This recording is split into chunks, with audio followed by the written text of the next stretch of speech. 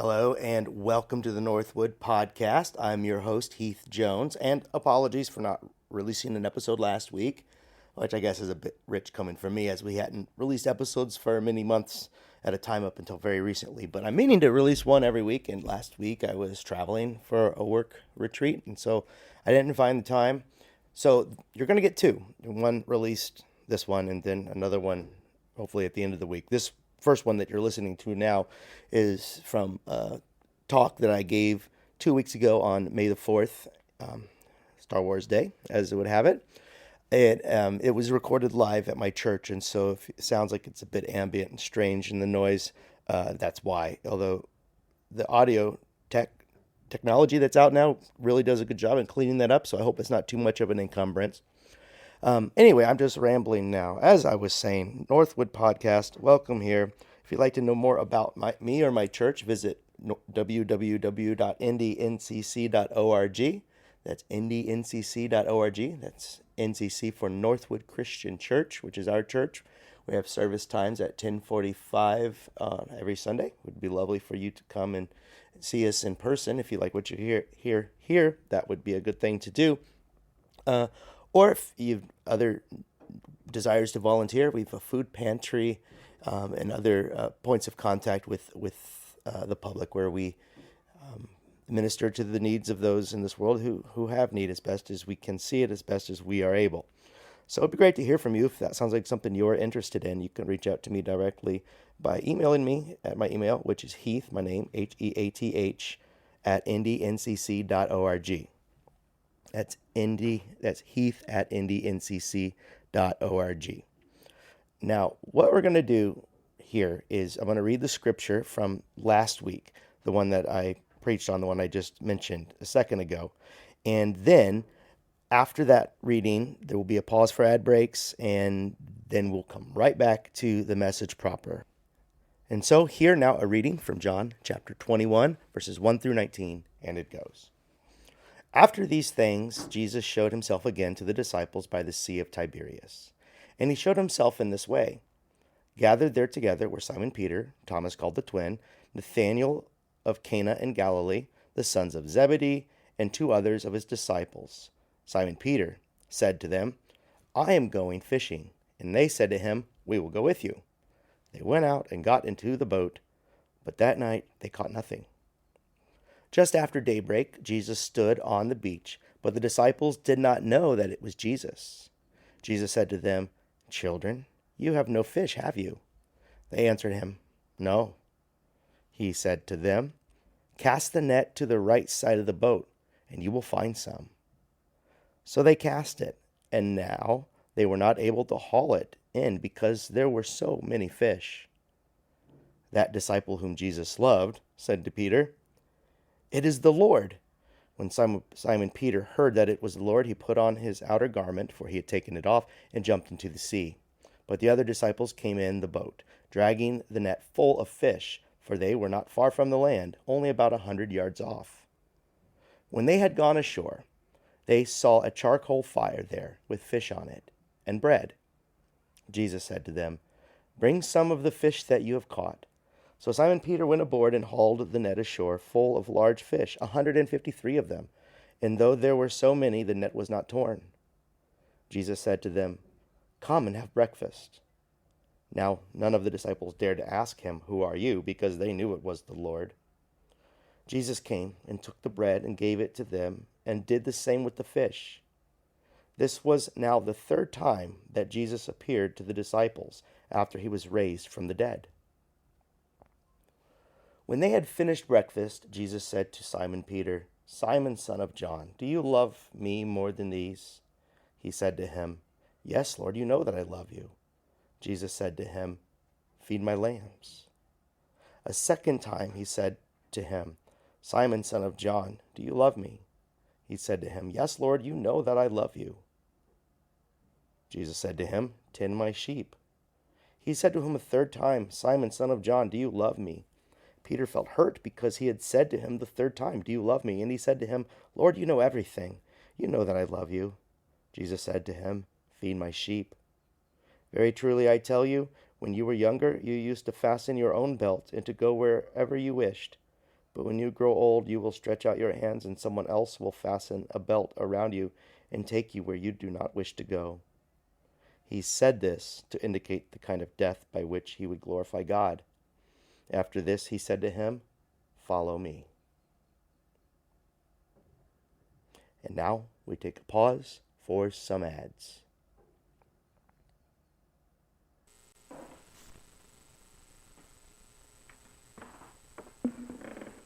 I won't ask for a hand count, but I'd imagine some of you were sitting in anxiety as I was walking across the stage and you didn't know why. I know that sometimes folks in church services, when something goes a little different, it makes us feel a little unsettled. Well, I hope several things go different and in good ways to catch our attention this morning, because you may have noticed this is another one of those stories where the disciples, upon first encountering Jesus, well, this is the third time we read, they don't know who it is. How could you not know your friend, a person you'd spent years of your life with? But in the world of the Bible, it consistently makes this point, how the early disciples and their fear and distraction, preoccupied with fishing in this case, failed to see who it is they claim to know so well. The point for us today, many of us claim to know this Jesus so well, and yet we miss Jesus in the eyes of the poor and in the lives of individuals all around us, and in the life that we just referenced, that was named back there by Frank at an Easter egg hunt with 100 people, sparks of life. That's not the main point today, though. I titled this sermon, "I Don't Want to Fish." And actually, it's strange for me to say that, because I often want to fish, because I was raised fishing, and forgive me this indulgence, I know preachers should draw from other stories in their own, but I fished my entire life, and I would have to just really struggle to find other stories that I could relate to half so well. Coming from a boy who can remember being taught how to bait a hook by his grandmother, my grandma and grandpa had a pond in their backyard porch, and I don't know why my grandmother is the one who took the interest, but I remember her digging for worms and showing me when I went to dig for my own worms, frustrated, what kind of soil to dig in, darker, richer, less clay, more, I don't know what it's, loam, is that right? I don't know. Better soil for worms, and so it would come down to the moment where I would run out of worms for fishing and wonder, should I go bother my grandmother who's very busy, or should I just start digging for myself? Get that old shovel.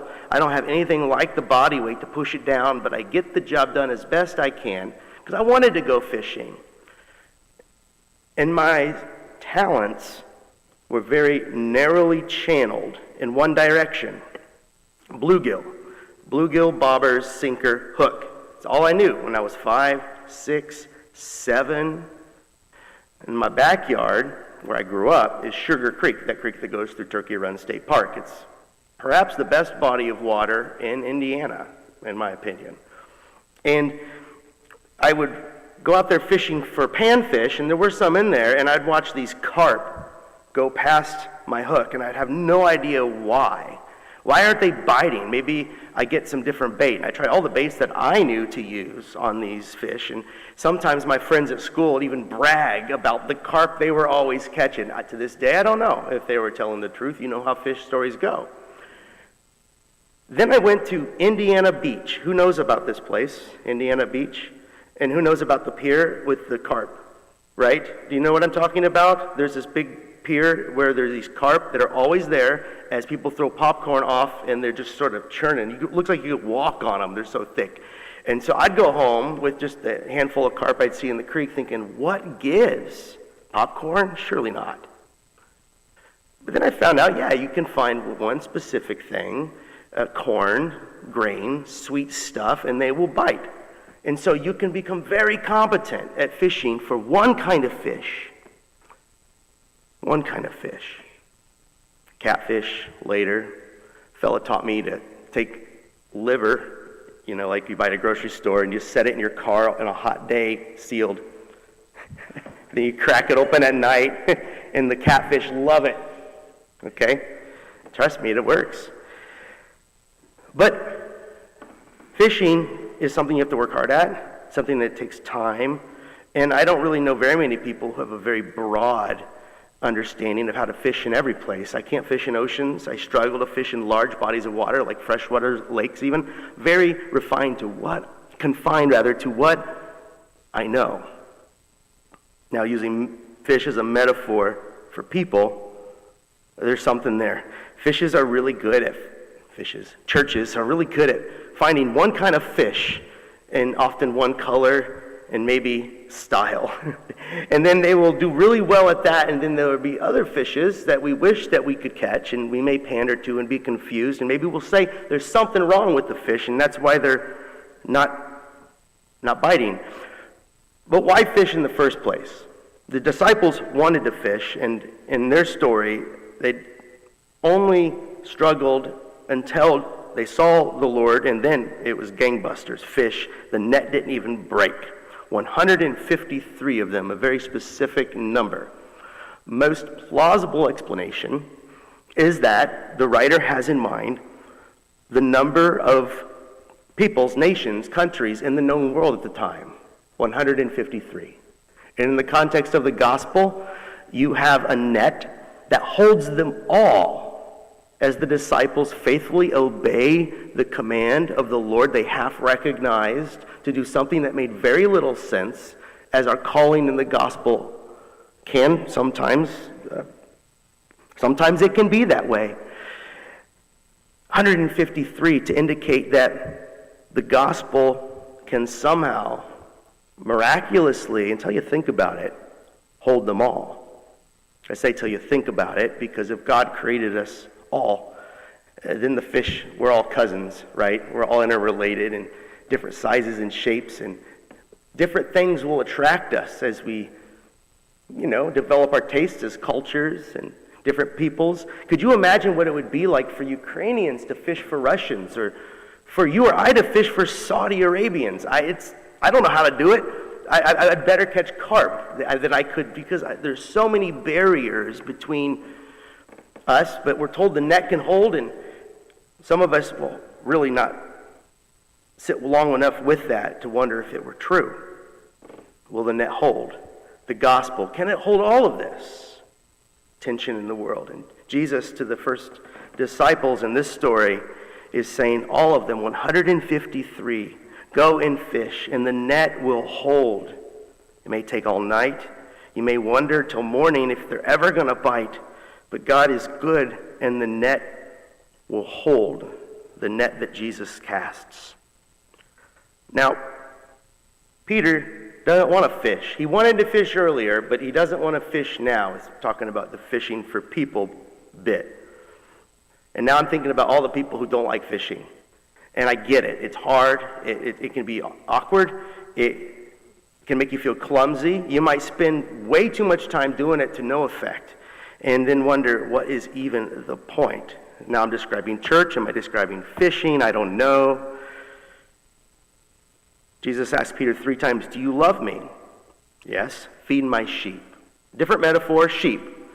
Talking along the same themes. Sticking with fish, though. You may have heard it said, give a man a fish, woman, give someone a fish, they eat for a day. Teach them, they'll eat for a lifetime.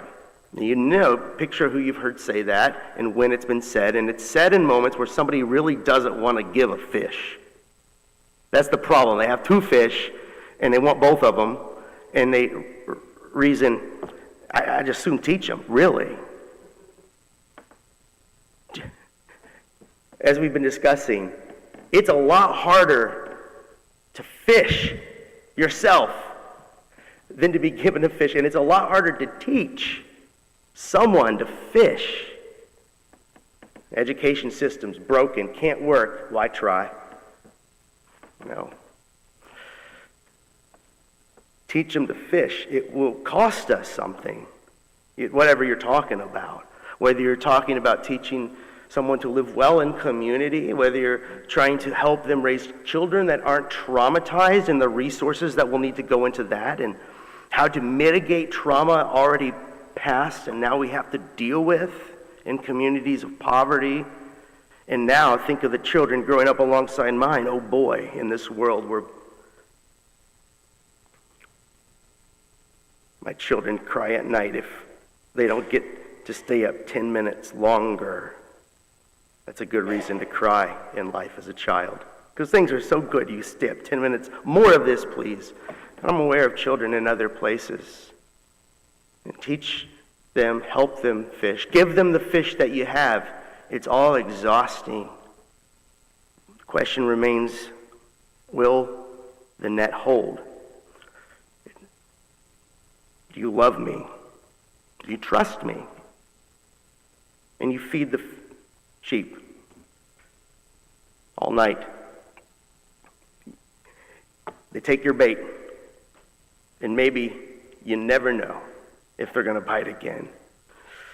For Jesus, it was a cross. For here, he alludes to probably Peter's death, a martyr's death. It ain't all going to end in death. In fact, none of it does, is the point of Easter. And Jesus, in walking the path ahead of us, shows that even if the worst happens while you're trying to help people learn to fish together, will the net hold? That even if it seems the net won't hold, Jesus shows you what happens when it breaks and is restored. God will never give up on this.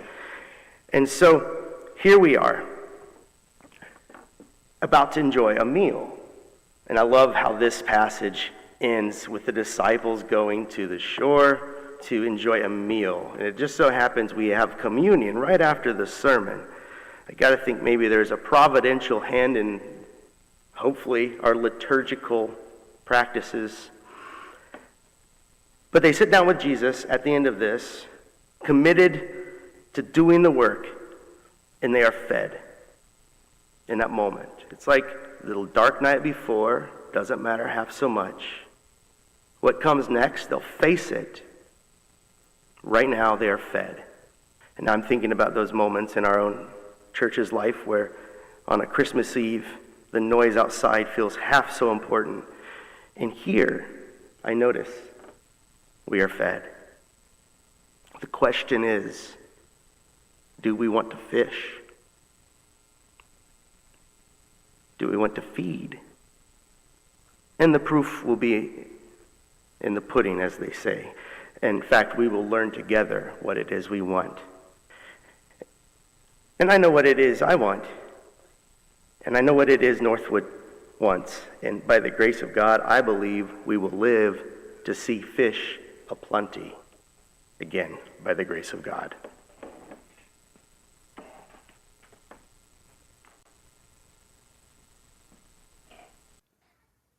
This has been the Northwood Podcast. If you like what we're doing here, please subscribe to the podcast by way of whatever app you use to listen, or leave a comment.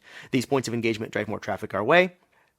Or check out our website, www.indyncc.org. And also check out the other podcasts produced by the All Indiana Podcast Network. Until next time, this has been the Northwood Podcast. I am Heath Jones. Peace.